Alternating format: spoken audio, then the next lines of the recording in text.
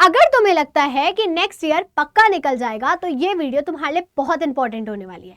यानी कि तुमने एग्जाम तो दिया पर किसी रीजन से तुम्हारे मार्क्स बहुत ज्यादा लो आ गए या फिर तुम एग्जाम में अपीयर नहीं हो पाए, तो ये वीडियो तुम्हारे लिए सेवियर बनने वाला है। देखो, सबसे पहला क्वेश्चन तुम्हें अपने आप से पूछना है, क्या तुमने सच में एग्जाम के लिए पढ़ाई की थी? क्या तुमने जेन्युइनली प्रिपरेशन की थी एग्जाम की या नहीं? और दूसरी चीज तुम्हारे लिए सबसे इंपॉर्टेंट है, क्या तुम बस रिजल्ट से भाग रहे हो या फिर एक प्लान डिसीजन ले रहे हो इसलिए तुम ये ड्रॉप प्लान कर रहे हो? देखो, ड्रॉप तुम्हारा ना एक स्ट्रैटेजी होना चाहिए, ना कि एक इमोशनल रिएक्शन होना चाहिए तुम्हारे लिए। तो ड्रॉप लेने का अगर सोच रहे हो तो प्रॉपर पहले प्लानिंग करो, प्रॉपर एक स्ट्रैटेजी फॉर्मुलेट करो, फिर ही ड्रॉप पे यस मार्क करना। अगली चीज, क्या तुमने लास्ट टाइम सच में पढ़ाई की थी? यानी कि तुमने एनसीईआरटी बेस्ड कंटेंट फॉलो किया था या फिर तुमने प्रॉपर्ली एनसीईआरटी से अपना फाउंडेशन स्ट्रॉन्ग किया था, या तुमने सिलेबस कंप्लीट किया था या सिलेबस को कंप्लीट तक नहीं किया था, मॉक्स दिए थे, या ये सोच लिया तुमने कि मॉक्स देने से तो लोग डीमोटिवेट होते हैं, क्या जरूरत है मॉक्स देने की, हमने तो पीवाईक्यू सॉल्व किए। क्या आपने पीवाईक्यू सॉल्व किए थे जब भी आपका एक चैप्टर एंड हुआ था?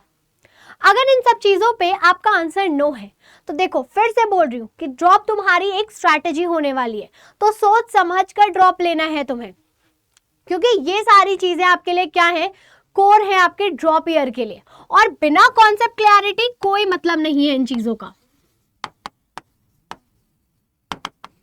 एरर नोटबुक नहीं बनाई, ये सारी मिस्टेक्स अगर आपने की है तो पहले इन पे वर्क करना आपके लिए सबसे ज्यादा जरूरी होने वाला है।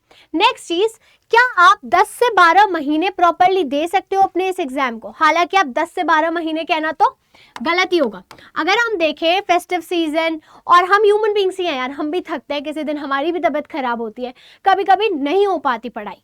तो अगर हम जेन्युइनली देखें तो हमारे पास कितना टाइम है, 8 मंथ्स ही है, क्योंकि तुम संडे को संडे भी मना रहे होते हो कहीं ना कहीं, है ना? तो क्या इन 8 मंथ में मैं डेली कम से कम 6 to 7 आवर्स दे सकता हूं अपनी पढ़ाई के लिए या फिर अपनी प्रिपरेशन के नाम पे? इफ यस देन ड्रॉप लो। नहीं तो अगर तुम ये सोचते हो कि यार लास्ट के 2 महीने में कर लेंगे या फिर लास्ट में क्या करेंगे, 1-2 घंटे पढ़ लेंगे, काम तो हो जाएगा, बिग नो टू ड्रॉप।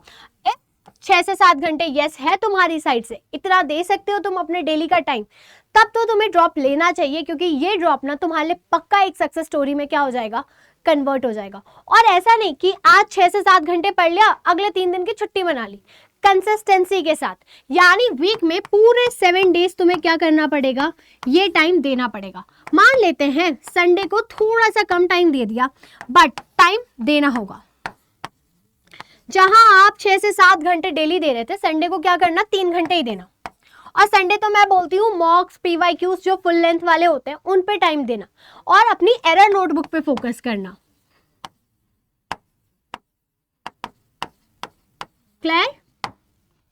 अब आती है बारी अगली, do you have a proper plan? या ये सोच रहे हो कि बिना किसी टाइम टेबल के, बिना किसी स्केड्यूल के मेरा तो एग्जाम क्लियर हो जाएगा। क्यों? क्योंकि मैं तो एक बार एग्जाम में ऑलरेडी अपेयर हो चुका हूँ, या मैंने थोड़ी बहुत तो पढ़ाई की है।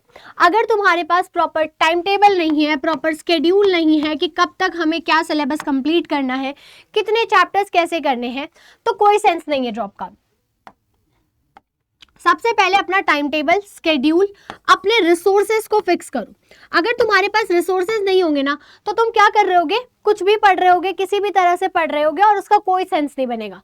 एक ही रिसोर्स तुम्हारे लिए क्या होना चाहिए, बेस्ट होना चाहिए, यानी मोस्ट रिलायबल रिसोर्स आपको ऑप्ट करना है। टाइम टेबल रख लिया, स्केड्यूल रख लिया, रिसोर्सेज रख लिए, अपने पास मटेरियल रखो।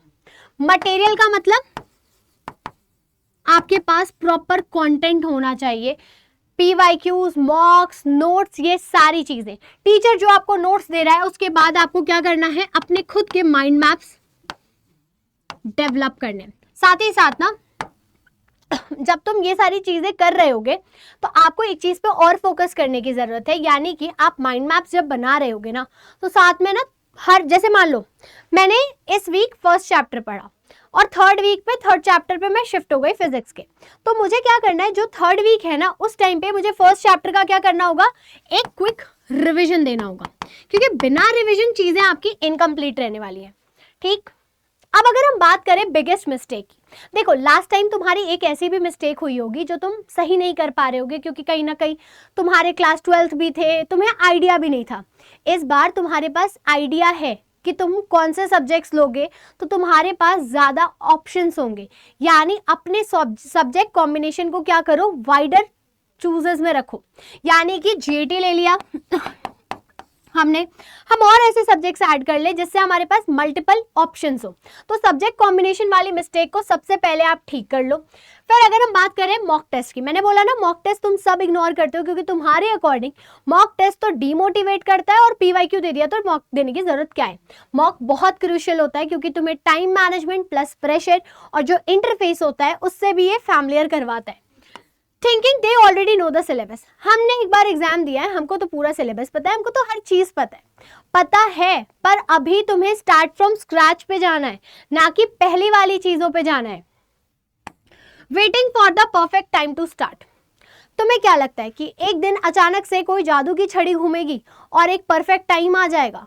परफेक्ट टाइम तब होता है जिस दिन तुम्हें ये सारी चीजें रियलाइज हो जाए, यानी कि आज का दिन ही तुम्हारे लिए क्या है, परफेक्ट है तुम्हारे एग्जाम की प्रिपरेशन को स्टार्ट करने का।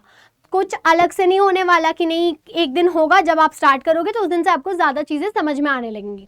बेटू एक चीज़ याद रखना, ये जो ड्रॉप ईयर होता है ना, अगर आपने इसे सही से यूज़ नहीं किया, यानी प्रॉपर स्ट्रैटेजीज वगैरह फॉलो नहीं की, तो बस ये एक कैलेंडर चेंज कहाएगा।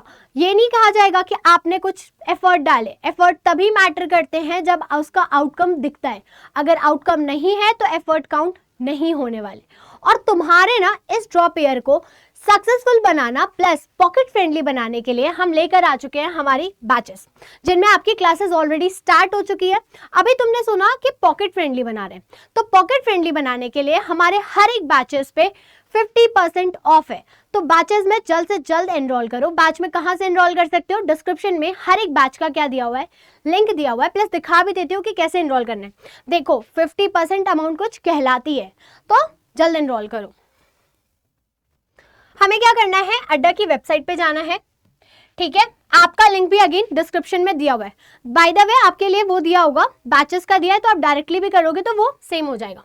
हम यूजीपीजी एंट्रेंस पे गए, सीयूईटी महापैक चूज किया हमने।